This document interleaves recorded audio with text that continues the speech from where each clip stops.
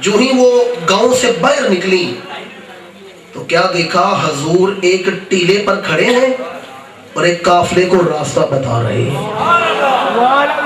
جہاں سے میں نے روایت شروع کی آپ نے غور نہیں کیا، حضور پہلے دن گھر سے نکلے ہیں، پہلے دن۔ اس علاقے کا نام کیا ہے؟ شرکی جی؟ آپ کے اس علاقے میں جو بچہ پیدا ہو 2.5-3 سال کی عمر میں نیا نیا بولنا شروع کرے، چلنا شروع کرے، وہ بتا سکتا ہے کہ موٹر وے کس طرف ہے؟ بولے نہیں آپ؟ بتا سکتا ہے 4 سدہ کس طرف ہے؟ حضور جو پہلے دن گھر سے نکلے ہیں راستہ بتا رہے ہیں۔ بی بی فرماتی ہے میں دوڑی دوڑی گئی، میں نے حضور کو سینے سے لگایا، ماتھا چوما، میں نے کہا بیٹا محمد آپ کب آ کے راستے دیکھتے رہے؟ آپ کہاں راستے دیکھتے رہے جو لوگوں کو راستے بتا رہے ہیں؟ حضور مسکرائے اور مسکرا کر فرمایا ماں میں دنیا کو راستہ ہی دکھانے کے لیے آیا، میں ہی تو دنیا کو راستہ دکھانے کے لیے آیا ہوں۔ اور یاد رکھیں حضور نے بچپن میں بکریاں بھی چرائیں ہیں۔ یہ تو ہم تو شہری زندگی والے اس فیض سے محروم ہیں۔ ہمارے ایک بزرگ ہے، میں نام نہیں لیتا، عالم اسلام کی عظیم روحانی شخصیت ہے، عظیم روحانی شخصیت، فرماتے ہیں میں نے بڑا عرصہ کتابیں پڑھی، امریکہ کی، مصر کی لائبریریوں میں نے علم حاصل کیا، وہاں یونیورسٹیوں میں پڑھا، پر وہ کرم کے دروازے نہیں کھلے جس دن میں نے ایک دن حضور کی سنت سمجھ کے بکریاں چرائیں۔ فرماتے ہیں بتا نہیں سکتا رات کرم کے کون کون سے دروازے اللہ نے کھولے۔ بکریاں چرانا ہر نبی کی سنت ہے۔ حضور بچپن میں بکریاں چرانے گئے، قبیلے کے بچے ساتھ ہیں، بکریاں چرا رہے تھے کہ چند چور آ گئے، ڈاکو آ گئے۔ بچوں نے دیکھا نا چور آئے ہیں بکریاں چوری کرنے کے لیے، بچے ڈر کے گھروں کو بھاگ گئے، پر حضور نہیں بھاگے، حضور کھڑے رہے۔ حضور نے ڈاکو کے سردار سے کہا کون تم، کہاں آئے ہو؟ وہ حیران ہوا، باقی بچے بھاگ گئے ہیں، یہ بچہ نہیں بھاگا۔ حضور کے قریب آیا، حضور سے کچھ گفتگو کی، متاثر ہوا، اپنے ساتھیوں سے کہتا ہے بکریاں چھوڑو ادھر آؤ، دیکھو یہ بچہ باتیں کتنی سونی کرتا ہے، باتیں کرتا ہے، دل موہ لیتا ہے۔ وہ سارے چور حضور کے پاس آ کر بیٹھ گئے، حضور نے باتوں میں لگا لیا، وہ چاہتے ہیں بچہ اور باتیں کرے، ہم اور گفتگو اس سے کریں۔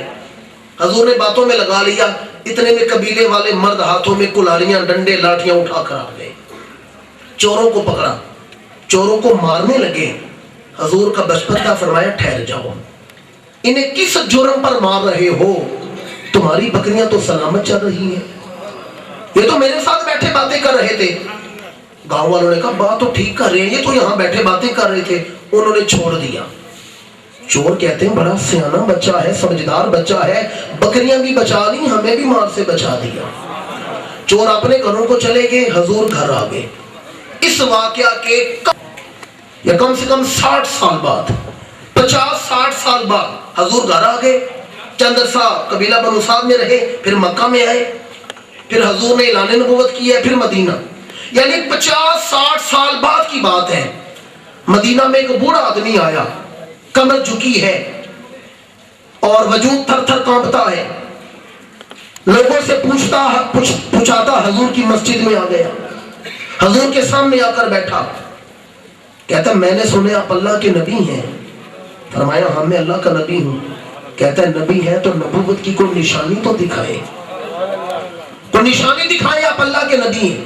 حضور نے سر اٹھا کر اس کا چہرہ دیکھا، مسکرائے، فرمایا بتا جوانی میں کبھی قبیلہ بنو سعد گیا تھا بکریاں چوری کرنے کے لیے؟ کیا جوانی میں کبھی قبیلہ بنو سعد گیا تھا بکریاں چوری کرنے کے لیے؟ کہتا جی سچی بات ہے، چور تھا میں، ہمارا ایک دوستوں کا گروپ تھا، ہم چوریاں کرتے تھے، بکریاں اٹھاتے تھے، اور میں قبیلہ بنو سعد گیا تھا بکریاں چوری کرنے کے لیے۔ فرمایا وہاں کوئی بچہ بھی ملا تھا؟ کہتے ہاں ایک بچہ تھا، بڑا ذہین سمجھدار بچہ تھا، باتیں کرتا تھا، دل موہ لیتا تھا، اس نے بکریاں بھی بچا لی، ہمیں بھی مار سے بچا لیا۔ حضور مسکرائے، فرمایا میں ہی ہوں بچہ ہوں، فرمایا میں وہی بچہ ہوں، اس وقت تجھے دنیا کی سزا سے بچایا تھا، آج میرا کلمہ پڑھ لے آخرت کی سزا سے بھی بچا لو۔